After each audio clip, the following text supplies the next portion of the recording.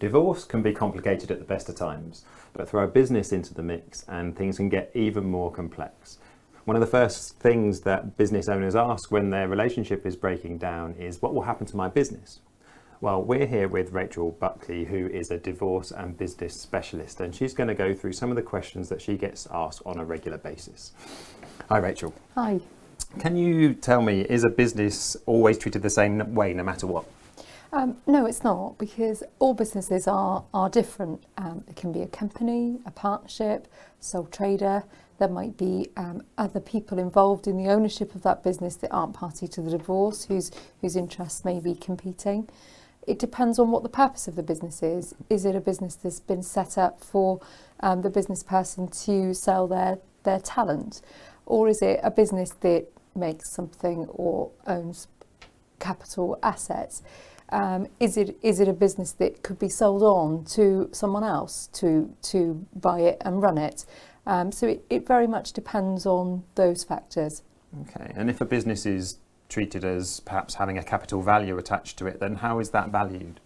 So usually we start off with asking the company accountant to produce a short report setting out their view of the value of the business based on the profit and loss accounts and the balance sheets, usually over a 3-year period.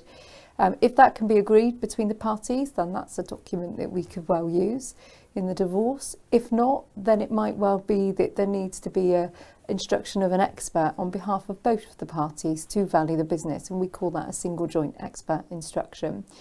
It depends on the nature of the business. So if it's a business owner who has a particular talent and then that talent couldn't then be sold on to someone else, then it might well be looked at as an income stream.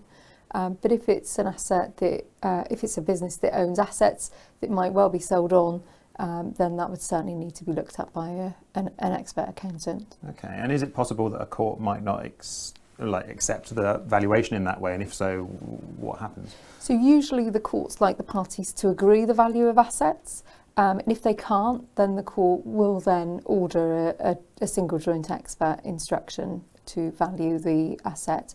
And in that situation, both solicitors would then draw up the letter of instruction with questions for the expert and send that and the papers off to the accountant to value the business. Okay. And as I say, particularly if it has capital assets that need to be valued.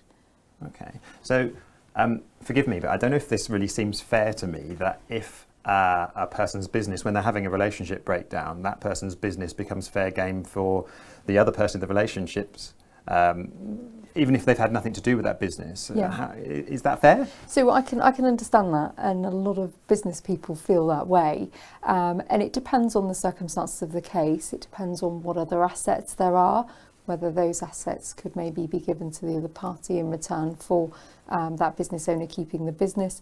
But very often what we look at is, have the parties made decisions during their marriage which has been the detriment to one party?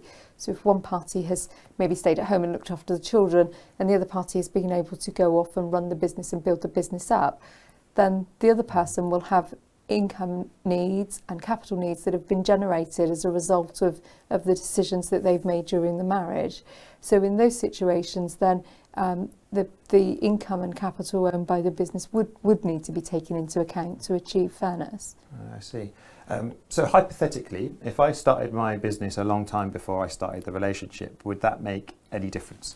So it would certainly be taken into account, and it would certainly be a relevant factor. It would very much depend on the circumstances of the case, what other assets there are, what needs have been generated as a result of decisions that have been taken, what other assets the non-business owning party has access to meet their needs. Okay, and this might seem like a bit of a strange question, but does it matter when you separate? So it does in certain circumstances. So particularly if the parties are joint owners of a company and they own shares, it depends on when they separated if share transfers are going to be made. So if share transfers are made within the tax year that they separate, then that can be exempt from capital gains tax. If it's not, then there will be a capital gains tax bill. So it's important to know when you separate and when the end of the tax year is coming up, because some quick action might need to be taken. Right, okay. So could you summarise for us what are the possible outcomes for the business owner? Yeah, of course. So it might well be a lump sum might need to be paid. It may well be that there might be some maintenance that might need to be paid from the income. In some rare circumstances, the court could order the sale of maybe partial sale of some of the assets of the company. So for example, if the company owns land or property, that could be sold off to raise money to give to the other party. But courts do take those decisions very carefully, because as soon as you start selling off part or all of a business, then you will lose that income stream.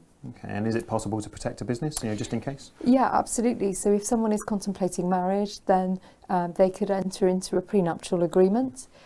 If they are already married and they want to look at protecting their business, they would need the other party's agreement, but they could enter into a postnuptial agreement.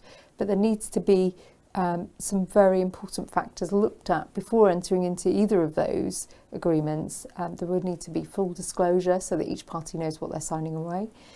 There would need to be legal advice on both sides, and particularly in terms of contemplating marriage, it would need to be signed in advance of the wedding, not a few days before, so there were no allegations of undue influence. So certainly there are ways to protect it. Okay, thank you very much, Rachel. Thanks for your time. Thank you. So divorces can be tricky, particularly when there is a business involved. I think we've learnt that they can become very complex. So from talking with Rachel, the best piece of advice is to seek legal specialist support if you are in this situation.